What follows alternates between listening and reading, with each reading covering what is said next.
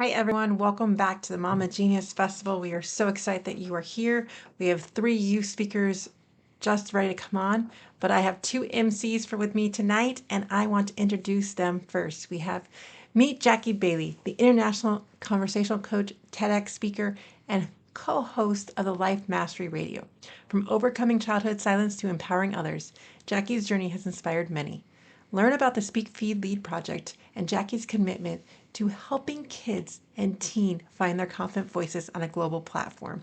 And she has been inspiring these youth speakers today, including the next one I bring up is my son Liam DeKaiser, who is a seventh grader, a best-selling author in the Parenting Owner's Manual. He's spoken on the Voices of Hope and Family Matters summits. He also loves cooking, gardening, performing on stage, and teaching other kids about healthy eating.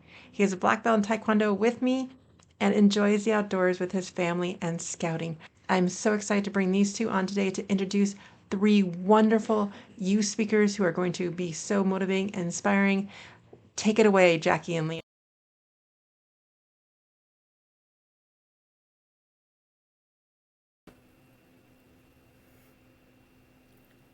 Hi, Jackie.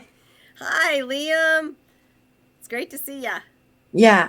So today we're on the um Mama Genius Festival, and we have three amazing youth speakers coming up, don't we? We do indeed. And I'm happy to give them this opportunity and so grateful to you for doing so, you and your mom. I know, and hopefully my mom will be able to join us at the end of this, but Great. let's get started.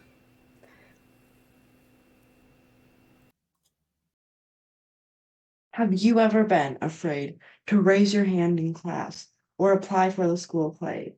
I know I have, but not since I've joined the Speak Feed Lead project. The Speak Feed Lead project is now going to Tanzania to help the youth there get their voice heard. We need your help to give a donation. Any donation counts. If it's $5 or $100, any donation will help us be able to inspire the youth and change their lives and give them the power they need to speak from their hearts and give them their voice. As we ask for a donation for this project, we also want to pass that voice and message along to you, as well as bringing more connection to your family. And so we want to provide a guide for you to bring meaningful connections between you and your kids, what we call a morning circle. And it inspires you to go through and really conversate with your kids in a 5 to 10 minute fashion that really starts to bring deep conversations.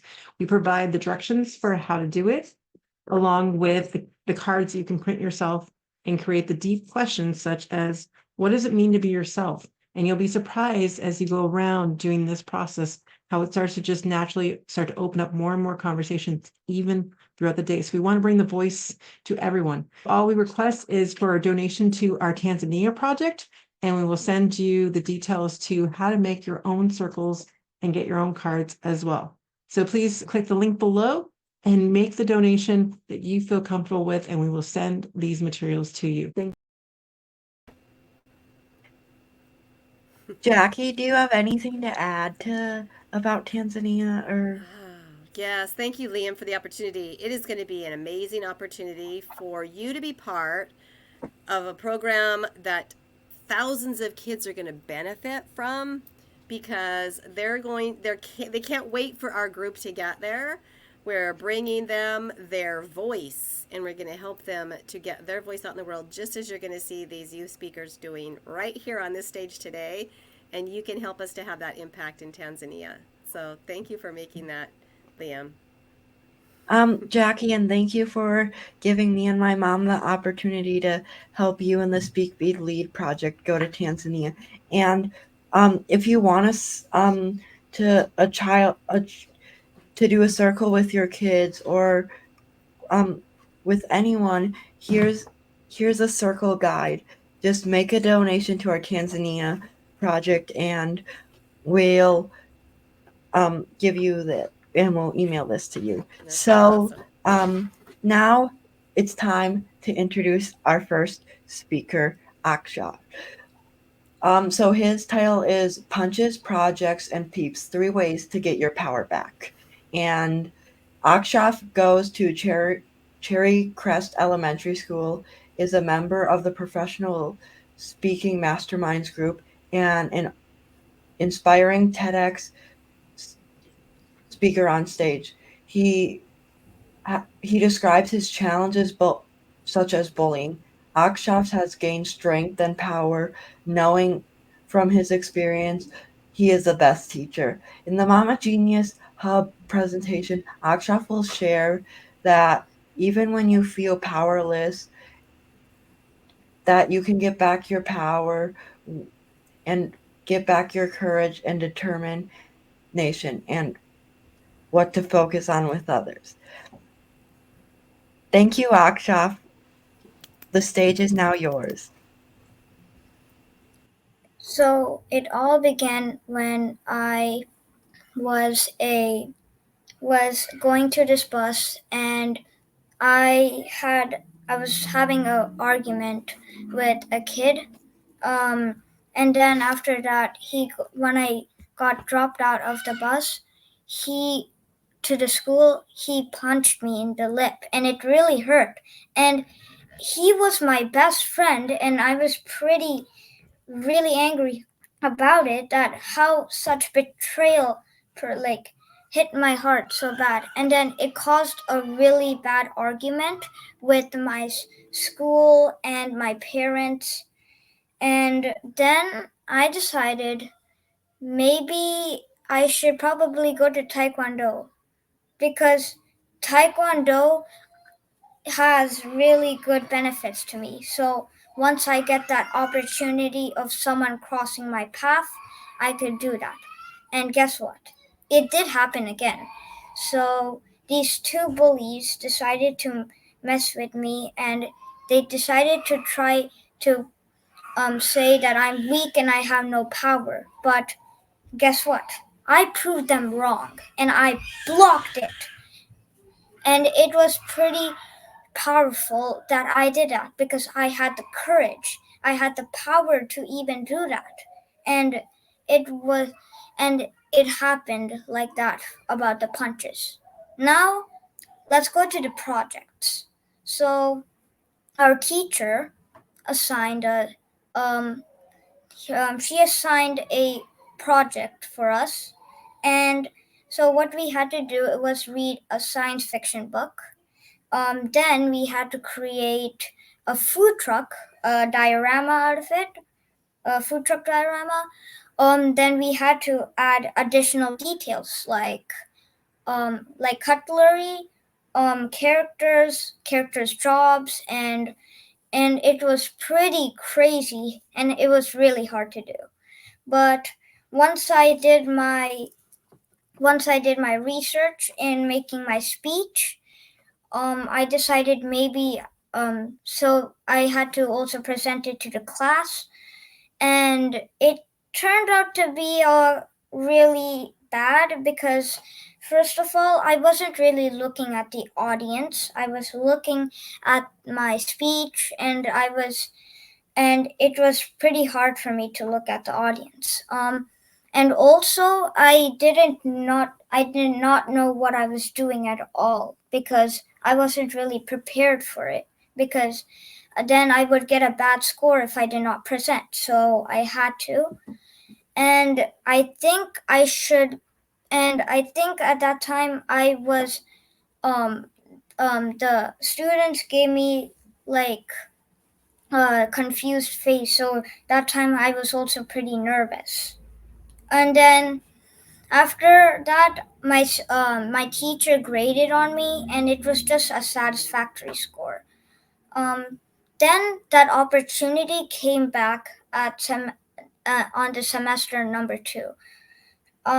So we had to do we had to read a historical fiction book. Then we had to create a Peeps diorama, and it had to be matching with your favorite scene. And when I did that, it was pretty fabulous. And then I decided to present it again. And this time I did really good because I had confidence sprung with me because I planned for it.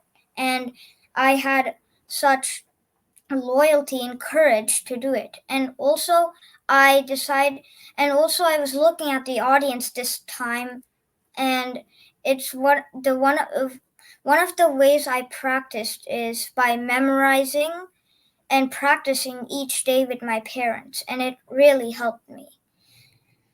And those were the 3 ways I got my power back. So Miss Jackie, do you have any questions for me?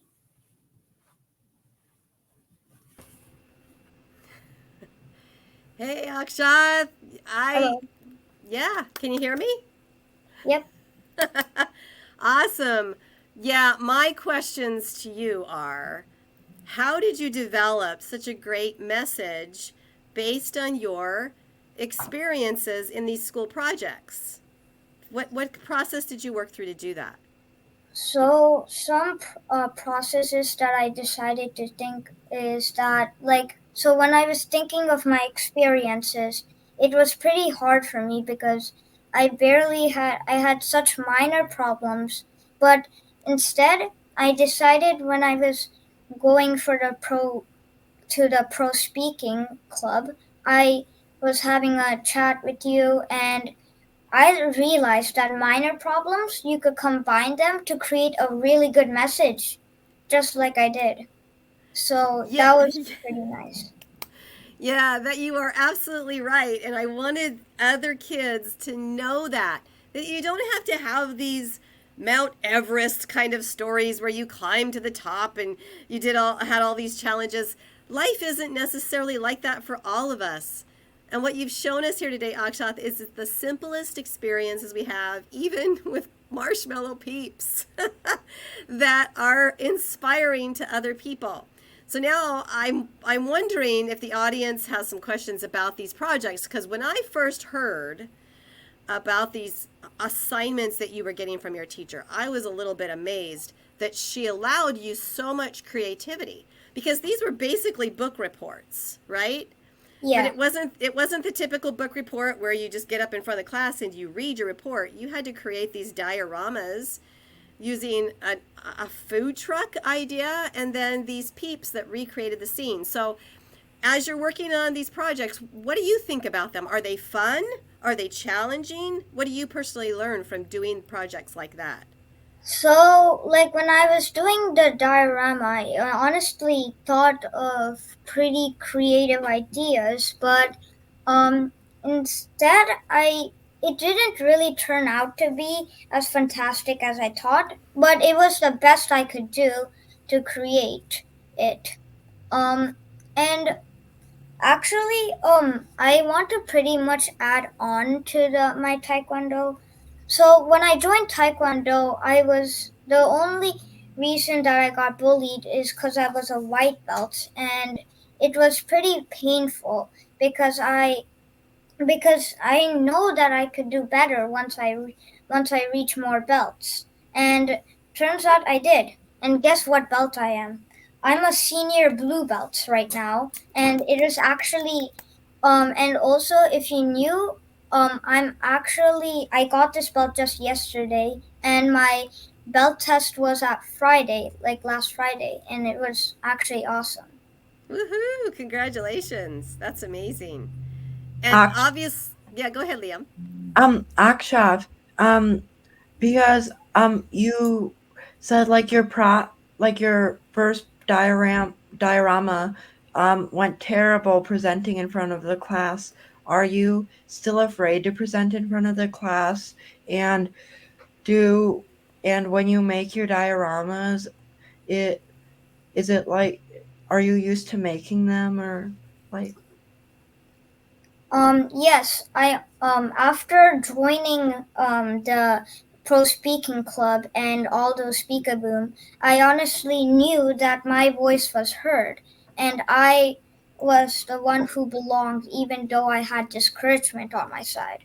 Um, but I decided to probably use that to be more powerful because discouragements tell me what I need to improve on? Like, is it my like I'm not seeing the audience? So like to I use that as an improvement for future. And the Speak Feed Lead project is helping me that already, and I would obviously appreciate that. That's awesome, Aksha. Thank you. Why do you think it's important for kids to feel powerful? I think that kids should have the power to speak is because sometimes we struggle with problems that we don't know. But once we have a youth speaker that's dealing with the same problem and has solved it, it would be more helpful for that person. Like, let's think of I'm going to think of a youth speaker that I heard before, like Srinika. She has helped people all around the world with diabetes, and and it had create a and it created a big impact on people who had that diabetes, and it really it really helped almost everyone with like type 1 diabetes, because they also need they need some help that they're getting bullied and other causes. So, what I'm hearing you say then, Akshath, is that when you feel powerful, you are able to inspire other people to feel powerful. Is that Yeah. right? Yeah, Yes, that's because amazing. yes. So what I'm trying to say was that when when you inspire others, others can inspire others. Which Mm. I mean, like, for example, if I because like when people inspire people, they also want to feel inspired by, because they also feel pretty nice about it, and they want to spread the message out to the world and help. That's excellent. And since we're on the Mama Genius Festival, how has your mom been inspiring to you? Or how has she shown her genius so that you've been able to find your own genius? It really helped me and my mom to find my genius, because my mom, she is really hardworking. She helps me with my projects, like I mentioned earlier, and does not. She sometimes works on her work and all of those stuff, and it is really painful to do that, and it really inspired me to do more and more efforts to help me benefit in life, and that is how I find my genius.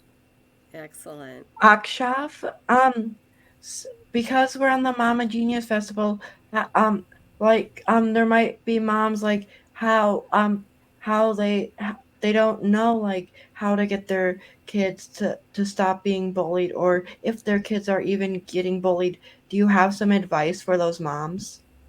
Well, my advice for that is that maybe you want to join martial arts to help them. Like, because when you go to martial arts, the only thing you can do is probably report. But let's say in this case there's no GSA or anyone you can get help from. The only thing you could do is defend yourself so you wouldn't get bullied, and then maybe later report. And I'm not saying that maybe we should fight back, because then it will even cause more problems. So I would just say to maybe just defend yourself, to protect yourself, and not do any attack or damage to the other person. That's pretty cool. That's great, Akshat. Thank you so much for having your powerful message shared with all of the moms watching this today. Liam, how are we doing on time? Um, we're doing we're doing pretty good. We um we still have a few more minutes because we've only been live for 20 minutes and we probably have like 5 more minutes. If um So, do you have any more? Do you have any more questions for Akshath? Or Akshath, I don't really have questions, but if there's a last comment or message of inspiration you want to give, this would be a great time to do that. Yeah. So instead of doing that first, I just want to give introduce myself. So my name is Akshath. I go to the school that I go is to Cherry Crest, and I actually like it there because I feel belonged and more welcome there, and I get to play with friends and make new friends because we and what I learned from that is that sometimes you might have a problem finding a friend.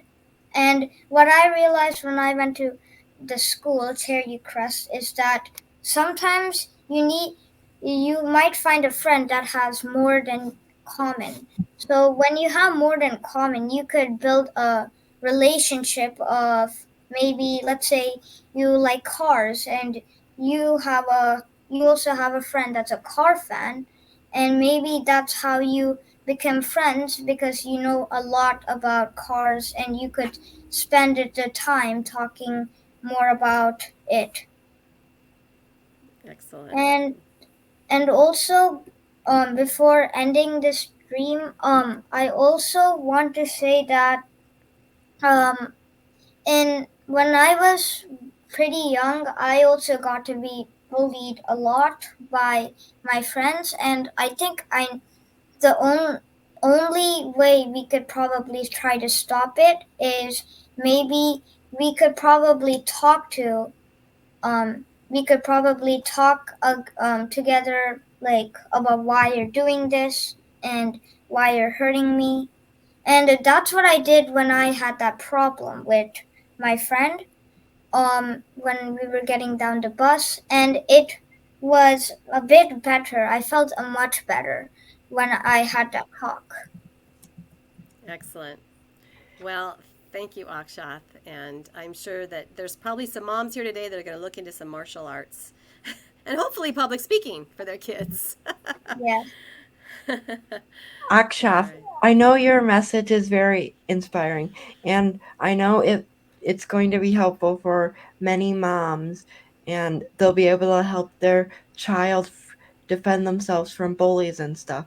So, thank you for your thank you for speaking on the Mama Genius Festival. Thank you. I'm really honored to be here. You're welcome.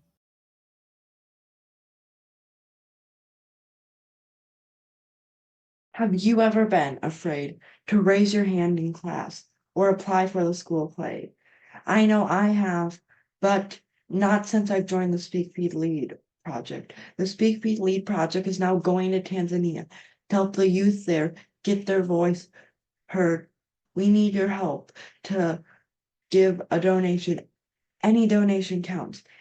If it's $5 or $100, any donation will help us be able to inspire the youth and change their lives and give them the power they need to speak from their hearts and give them their voice.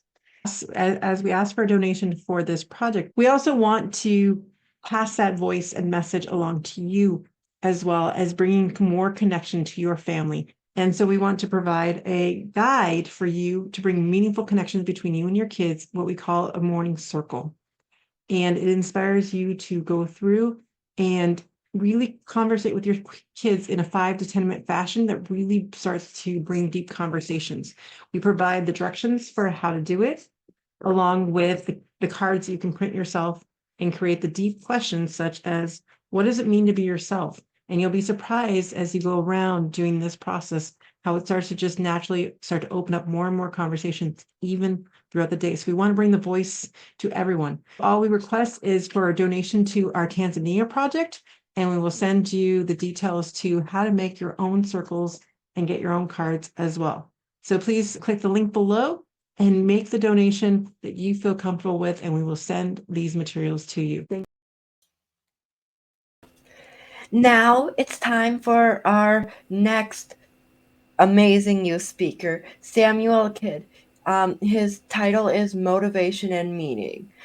Samuel, age 15, is a British songwriter, worship leader, and international TEDx speaker and TEDx performer. He lives in Hawaii and one of his family of 7 with 5 siblings, which occasionally can be a little bit too noisy. In his Mama Genius Festival presentation, Samuel will share the stories of his experience with depression and how it is for teens. He can give the idea of why teen boys lack purpose and ways they can find greater meaning and light despite the hardships. He'll suggest setting goals is a way to get through tough challenges. Now I'm welcoming to the stage Samuel Kidd. Thank you for having me. So, welcome to the Mama Genius Festival, Samuel. Thank you. All So, right. Take so it let's- away, Samuel. I can't wait to hear you. Okay. So, I don't know who's listening. I don't even really know what I'm going to talk about in the next 20 minutes. I don't know how many people are on the Facebook live stream, but what I can tell you is that I'm only 15. As you can tell, I'm a kid. I'm not an adult. And I'm not here to tell you what to do. That's something I see all too often. So many people just go around telling people what to do. No, I'm here to share my experiences. I'm here to share what has helped me. I'm not here to tell you how to do things. I'm going to give you information and you can do what you want with it. You can ignore it. You can consider it madness. You might appreciate it. And I believe that even if there's just one person listening, one mum, one boy, one child, anyone, then it's worth it. And I hope you'll appreciate this. So I have a proposition.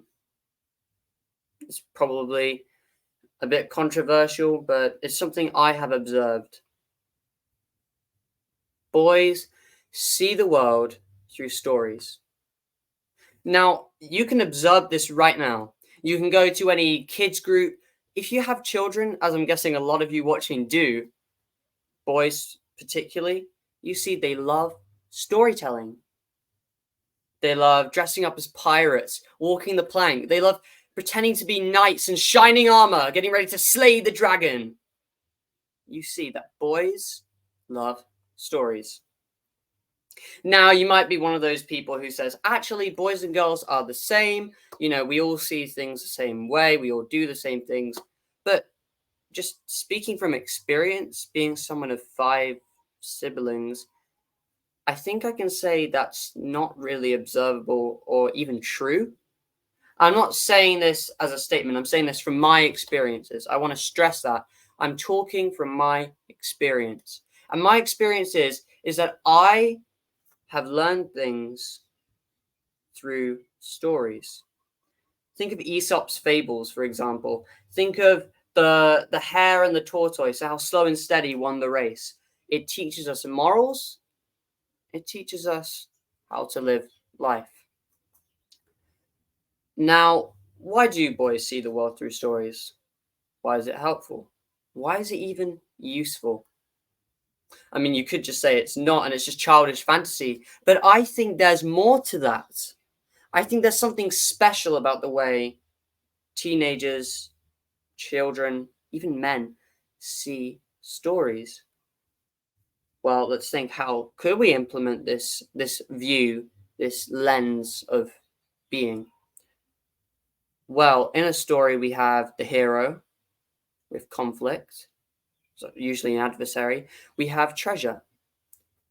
And that kind of lens is incredibly, incredibly helpful. and I will go back to that later. But I want to say why kids like stories, boys particularly. Well, for example, boys don't have anything to do when they're younger. Sure, you can maybe like do some schoolwork, but who wants to do that? We boys, we want to play games. We want to dress up in costumes. We want to get our toy swords. Mums with boys know how much boys love toy guns, toy swords, costumes. We love make believe. And I think that's because we don't have anything better to do when we're young. You know, we need something to occupy our time, to give us a reason for going outside. I remember when I was young, I used to play Star Wars. I had tons and tons of toy lightsabers. I used to play with my brother. I used to hit his fingers a lot and kind of damage them. And there was something special about that. There was something that was more fun about just sitting around and watching TV, which I know sounds unbelievable in our generation, but I think everyone really feels this way deep down. Even when watching TV, we seem to always be drawn to good stories. Okay, so we understand why young boys like stories. So why am I talking as a teenager about how great stories are? Shakespeare said, all the world's a play, and we're merely actors in it. I think that's very true. I think that our own lives are stories in some way. We have previous chapters of our lives that bring us some hurt, bring us some joy, shame, sadness, depression. In fact, I'll share with you a little story of mine. So, I'm English, as you can probably tell by my accent, but I'm currently not in England right now. So my dad's a pastor. He's pastored 2 churches before, one in London, one in Manchester, which is a bit north of the island of England. And then he was offered another pastoring job here in the United States. Now, he decided to take it. He thought it was the best decision for our family. But me and my young 14-year-old self, I didn't really get why. I was a bit confused. I was sad. I was depressed. I had all of these friends. I had all of these connections. I had the best room I've ever had in my life. And now I just have to lose all of that? Really? You know, after that, pretty soon, I fell into a depressed state, especially when we were homeless for a time, waiting for our visa to get to America. We had to sell our house as soon as possible, so we just ended up relying on friends and strangers to house us for free because we didn't have any money saved for that. We were saving it all for our new house in America. And yeah, I did fall into depression. I think what I was feeling on the inside really reflected on my outward actions and character. You know, my room was just ridiculously messy, clothes everywhere on the floor. I'm sure you've seen that with your own teenage boys, if you have them, and girls for that matter, I don't know. Yeah, and I was just angry. I was angry at my siblings. I used to get really frustrated with them very quickly. I felt like I was spiraling in this mad circle. And once I even got to America, it felt like a fantastical land. What was I doing here? Why was everyone spoke differently like to me, and not just the accent, the humor, the terminology, all of my words sounded weird to them. The food was different. Everything was strange and foreign to me.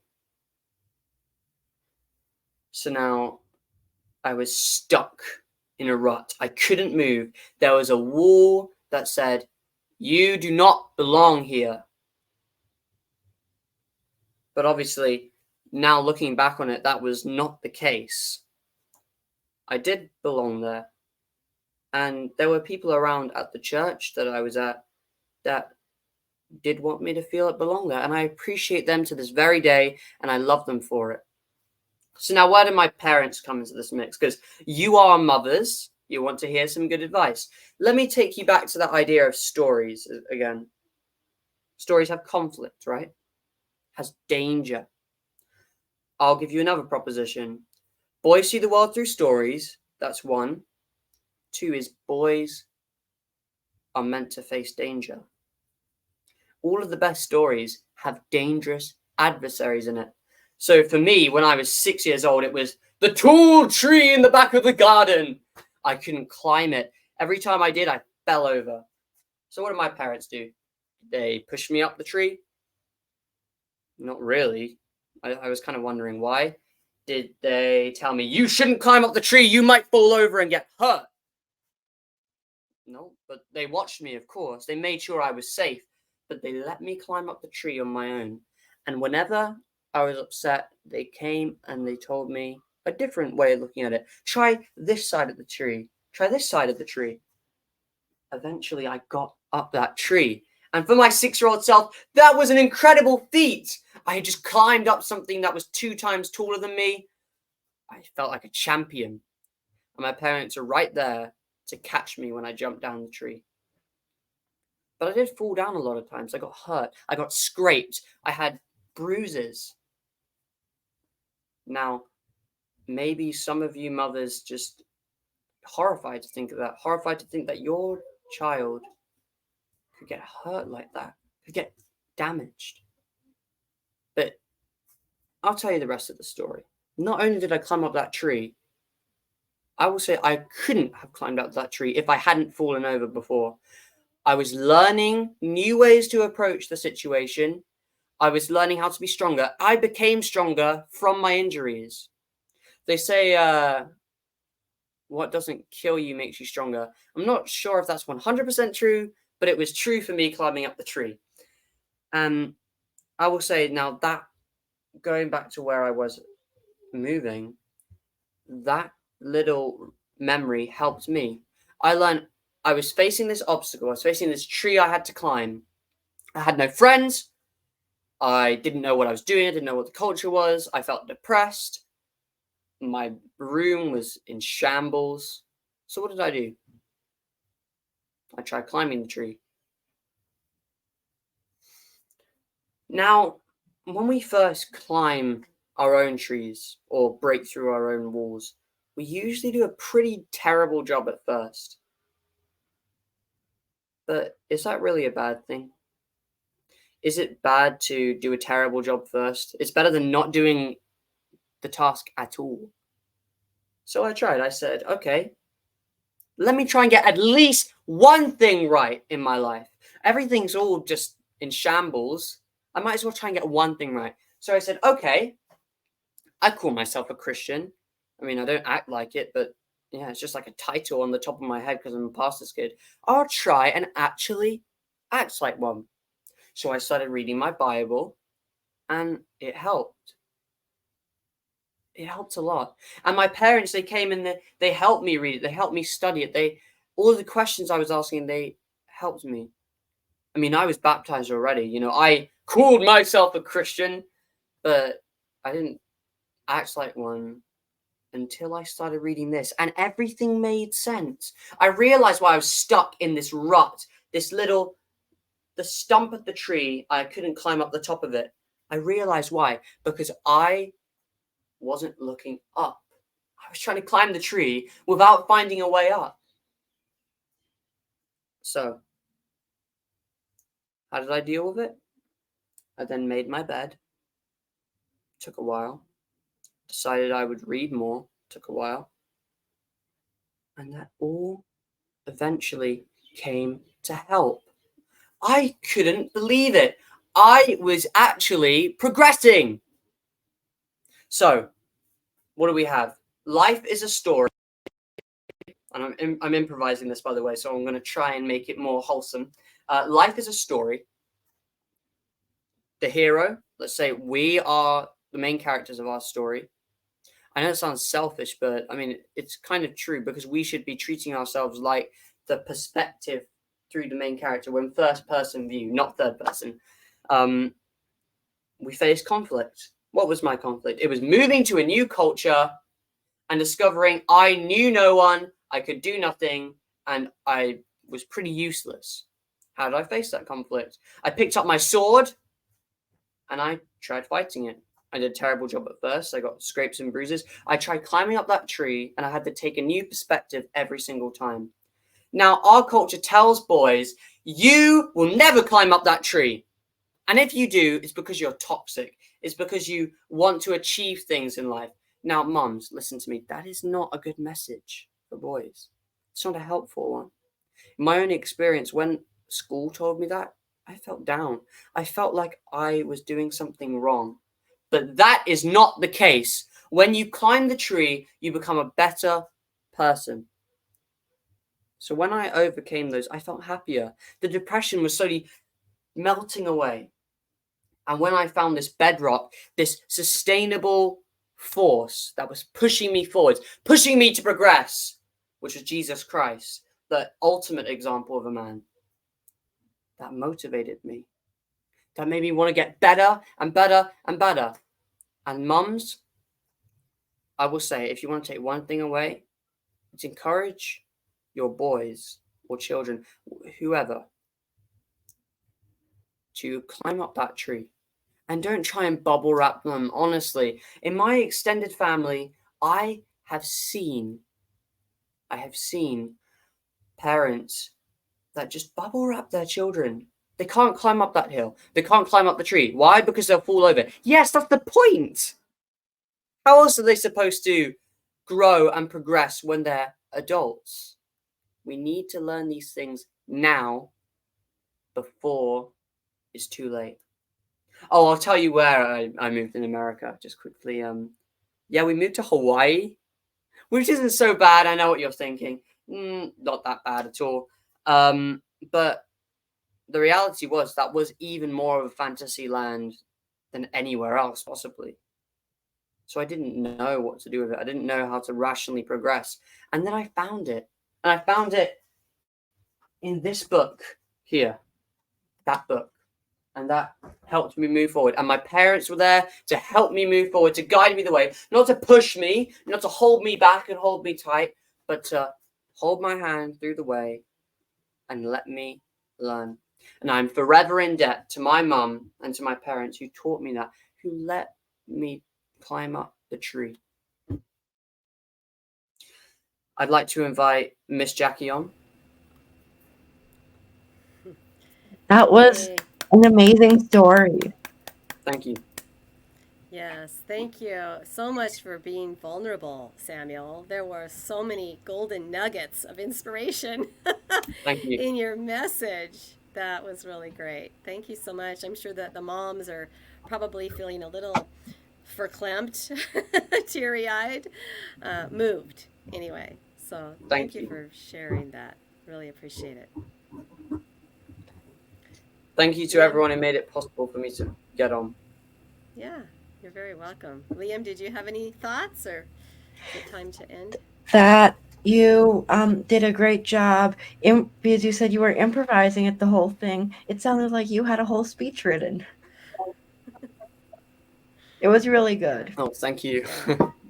Yeah, he did a good job improvising, didn't he? I mean, he knew, but here's the magic of when you understand your message, you can improvise because the message doesn't necessarily change inside of you. It's your message. He used his experiences. He used the lessons learned from those experiences, and he created heroes out of other people in the story. In this case, his mom and his parents, who didn't push him along, they held his hand.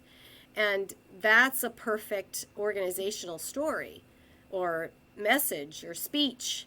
It is when you can be real, be vulnerable, and also make somebody else the hero of your growth. Because then we see the heroic measures that you learned, and now we can also see that you're the hero of your own story beyond today's message. So perfect illustration, Samuel, of what public speaking, mentorship, coaching, and skill can bring to a personal message. Thank you. Thank you very much for your coaching as well. Thank you. You're I've welcome. appreciated it. You're welcome. That's all we have time for today. Stay tuned for the next youth event, which is going to be happening in 5 minutes. Bye, everyone.